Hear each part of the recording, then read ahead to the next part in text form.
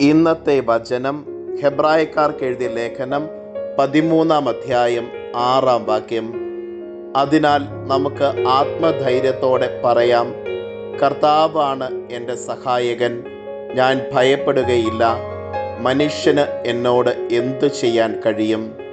കാരുണ്യവാനും സ്നേഹനിധിയുമായ നല്ല ദൈവമേ, അങ്ങേ തിരുസന്നിധിയിൽ ഞങ്ങളുടെ എല്ലാ പ്രാർത്ഥനകളെയും ചേർത്ത് വയ്ക്കുന്നു. അനുനിമിഷം ആത്മധൈര്യത്തോടുകൂടെ ഞങ്ങളുടെ വിശ്വാസ ജീവിതത്തിൽ ജീവിക്കുവാനും ഒന്നിനെയും ഭയപ്പെടാതെ ദൈവഭയത്തോടുകൂടെ മുന്നേറുവാനും ഞങ്ങളെ അനുഗ്രഹിക്കണമേ.